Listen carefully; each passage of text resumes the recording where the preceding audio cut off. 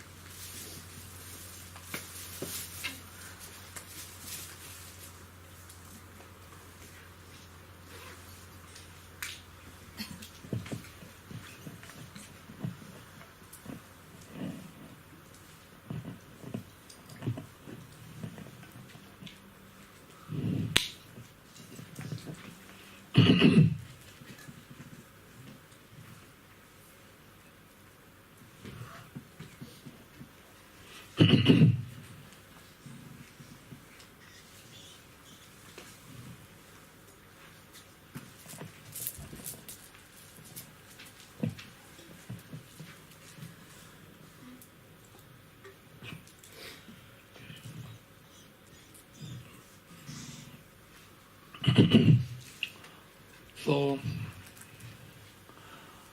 first, it is very important to develop the right motivation, which means to develop the thought renunciation towards the whole samsara, and then to develop the infinite loving kindness, compassion, and wishing and engaging bodhisattva. So with this in mind, then you should receive today's teaching.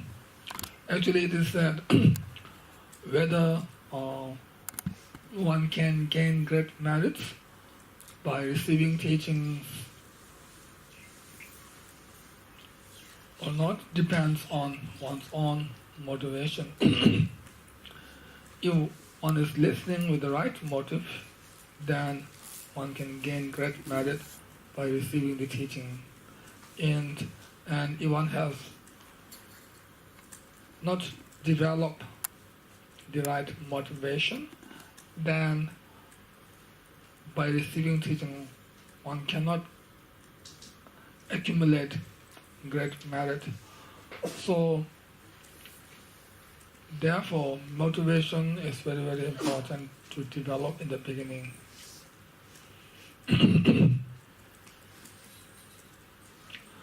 As I have said, the great Sakya text called the Clarifying the Sage's Intent has 7 major topics. Yesterday we covered the first 2 topics, which is the race and the refuge. Now today I will start with the 3rd topic. The 3rd topic is on the bodhicitta.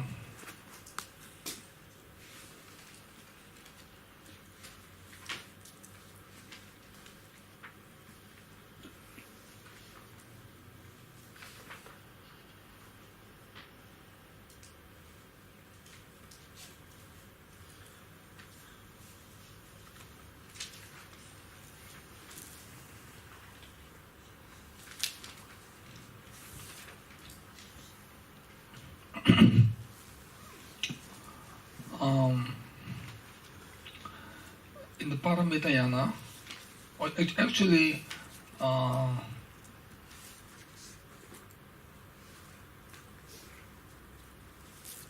Semkye in Tibetan has Charvaka Semkye and Mahayana Semkye.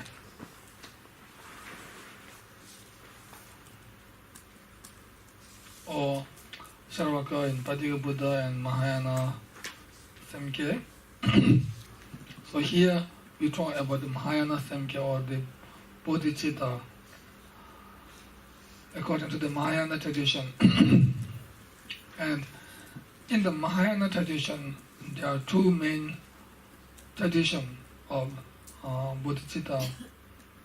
The mind-only school tradition and the Madhyamika tradition of bodhicitta.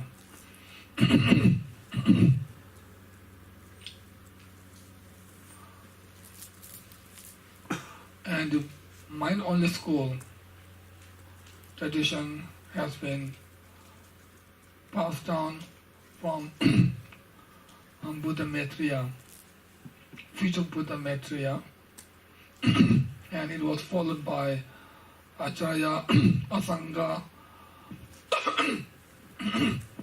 and other great masters. And then the bodhicitta or the Madhyamika tradition has been passed down from the great Arya Manjushri, and it is followed by the great Acharya Nagarjuna and other great masters.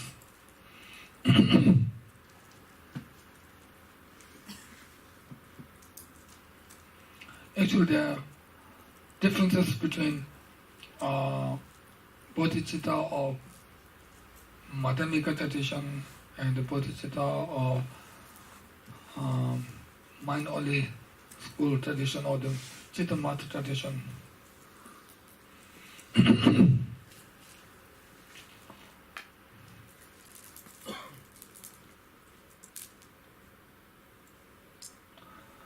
Generally speaking, Patimoksha vow, Bodhicitta vow, and the Vajra empowerments can be received through the rituals, external rituals. But then, like the vow of samadhi or the vow of uncontamination and the ultimate bodhicitta. So these are something that cannot be received through external rituals.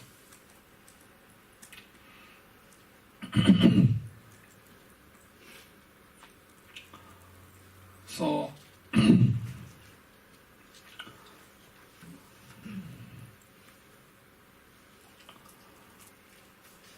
for example, one can plant a seed into the fertile grounds. We as a human being, we cannot grow the actual crops by ourselves without depending on water or fertilizer or planting the seed.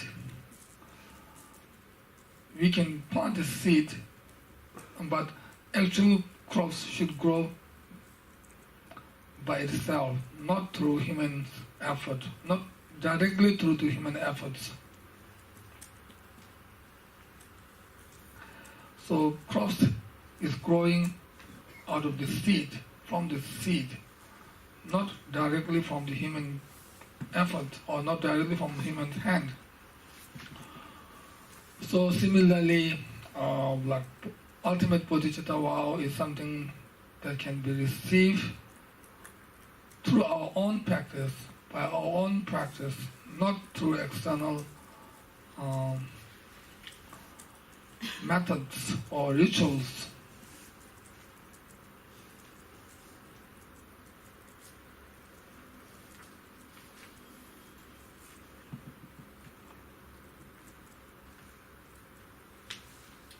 So there are many rituals, or there are rituals in the relative bodhicitta, but not in the ultimate bodhicitta.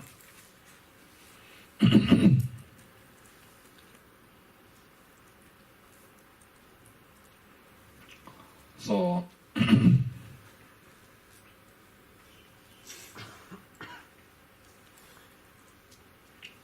one can develop the relative bodhicitta from others,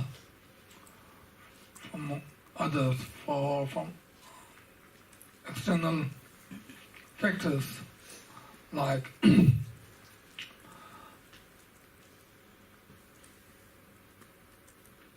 one can receive through the power of our master or through the ritual of our master, and also one can develop this bodhicitta, relative bodhicitta, through the great cause of compassion, and also one can develop the bodhicitta through our sincere faith or unshakable faith, and also one can develop the bodhicitta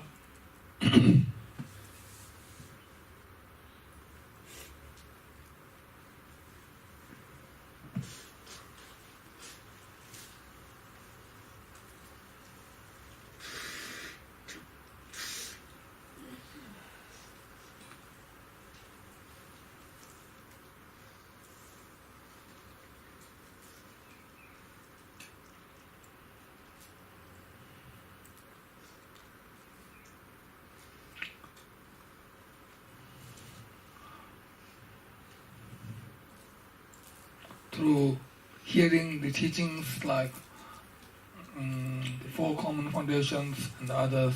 Through receiving this, one can later on it can develop the bodhicitta, and also by familiarizing with virtues, and through that also gradually one can develop the bodhicitta. So there are many ways through which it can lead us to develop the bodhicitta.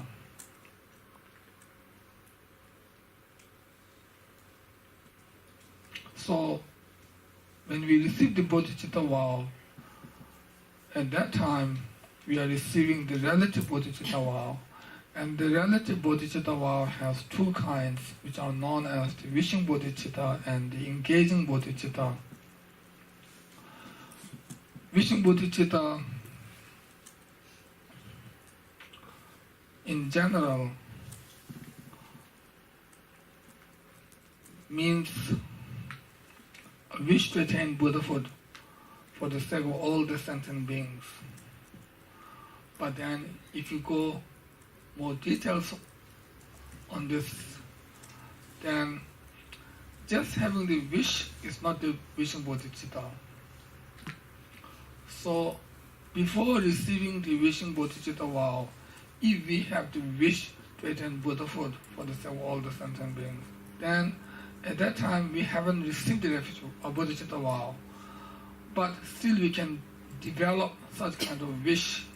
So that kind of wish is not called bodhicitta because at that time one has not received the wishing bodhicitta vow. So that kind of wish that one developed before receiving the wishing bodhicitta vow is called mere wish. It's just a wish, not a wishing bodhicitta. So just by admiring Buddha's teaching, or just by believing in Buddha's teaching, or just by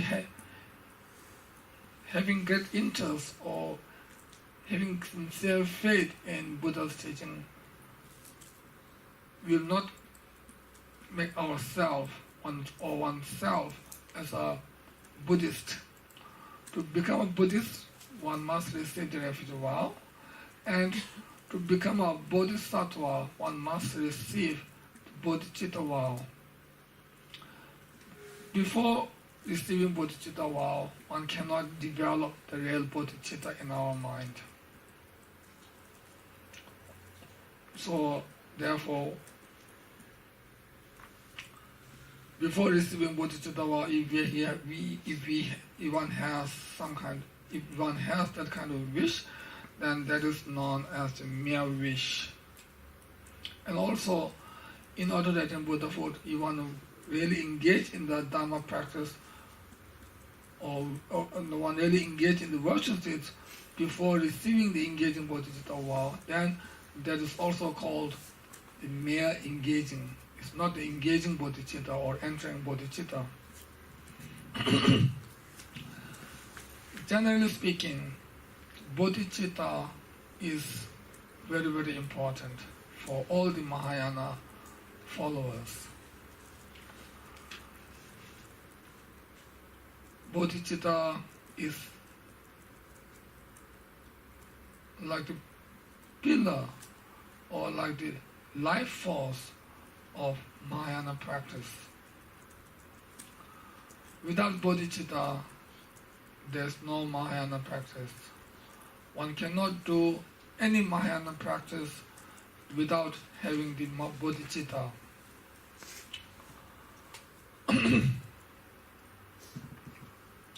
So, in the Mahayana practice, there's no practice without bodhicitta. So, therefore, we should always do Dhamma practice with the bodhicitta. So, bodhicitta is very important. And also, there are many benefits which are explained in the Bodhisattva Avatara by the great Acharya Shandideva, and also in many other texts by many other great scholars have explained how benefit it is to develop the bodhicitta. And not only in the treatises composed by the great masters, but also it is explained in the Buddha's teaching, in the sutra, that how important it is or how beneficial it is to develop the bodhicitta. So once we receive the bodhicitta vow, then one's name will be changed from ordinary human being to a bodhisattva. So, bodhisattva means those who has the bodhicitta. Wow, it's called bodhisattva. So, therefore, if one really think one is Mahayana Buddhist, then it means one is also a bodhisattva. But at the same time, there are many different levels of bodhisattva. Very low level of bodhisattva up to very high level of bodhisattva. Just by entering into the Mahayana path, such person is called the bodhisattva, because such person has entered into the Mahayana path by receiving the bodhicitta vow. So, receiving the bodhicitta vow, entering into the Mahayana path, and becoming bodhisattva are all at the same time. You can't say one is earlier and one is later. One can become all these at the same time. So, normally we should think that if we are Mahayana Buddhists, then we all are Bodhisattva. Some people might think, I'm a Mahayana Buddhist, but I'm not a Bodhisattva. But actually, there's no such thing. There's no such thing called one is Bodhisattva, or no, one is Mahayana Buddhist but not a Bodhisattva. We can't differentiate between Mahayana Buddhist and Bodhisattva. These two always should go together. It is what you call indispensable. These two are indispensable to each other. So there's no Mahayana Buddhist without being a Bodhisattva. So bodhicitta is very important. Bodhi, here bodhi in Tibetan means Changchuk. So bodhi refers to Buddha, and citta means mind. So literally meaning of bodhicitta is Buddha mind, which means one has to wish, or one's mind has to wish to become a Buddha. Therefore it's called bodhicitta. Doesn't mean one is Buddha, but it means one's mind has the aspiration, or one's mind has the wish to become Buddha. So therefore it's called the bodhicitta or the Buddha mind. And bodhicitta is very important, and by receiving the bodhicitta vow, one can receive many respect, or one becomes worthy of receiving veneration or prostration and respect from other humans and gods. So in the Bodhisattva Charyavatara it says, by receiving the bodhicitta vow, one's name will be changed, one's meaning will be changed. Name change means one is called Bodhisattva. Before one is not called Bodhisattva, but now the name is changed, one is called Bodhisattva. And then meaning is changed, means now one becomes worthy of receiving veneration and respect and prostrations from other human beings and gods. And also in the Bodhisattva Charyavatara the Shantideva has given many examples to explain the benefits of receiving the bodhicitta vow. For example, Shantideva said, bodhicitta is like the elixir that transfers the metal into a gold. So it means this bodhicitta will transfer or will transform ordinary human beings into a Buddha. And also he explains many other examples. And also it is important to know why we have to develop bodhicitta, which is based on altruistic thought, or which is based on wish to help others or wish to serve others. So first we need to know why we have to serve others, why we have to help others, why we have to benefit others. Then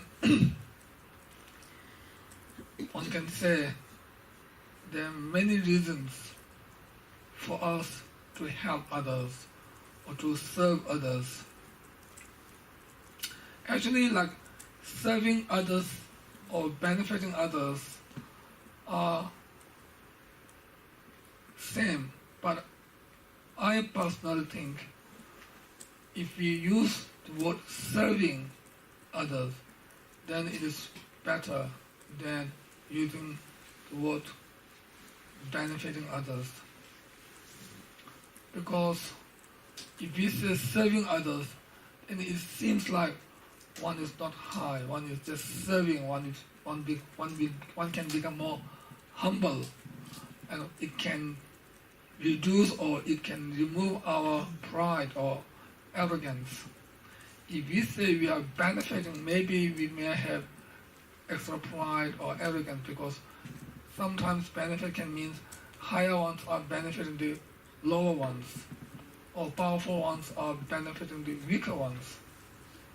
And serving can mean like the lower ones are serving their boss or their leaders, etc. So if we use the word serving others, then I think it can help us to control our negative thoughts such as arrogance or pride, etc. Or it can remove the thoughts of looking down towards the others. Actually, in the Mahayana practice, we should see ourselves not as the highest person, but the opposite of that. Actually, there's a teaching called Lojong Tsigema. I don't know how to call it in English. 8 words of mind training teaching. In that, it says one should think one is the lowest of all. What is the point of thinking like this is that if we think in this way, then naturally we don't have pride, we don't look down towards others, we respect others, we value other humans, we have a human value, we respect human beings. So there are many points or many reasons why we have to think one is the lowest of all.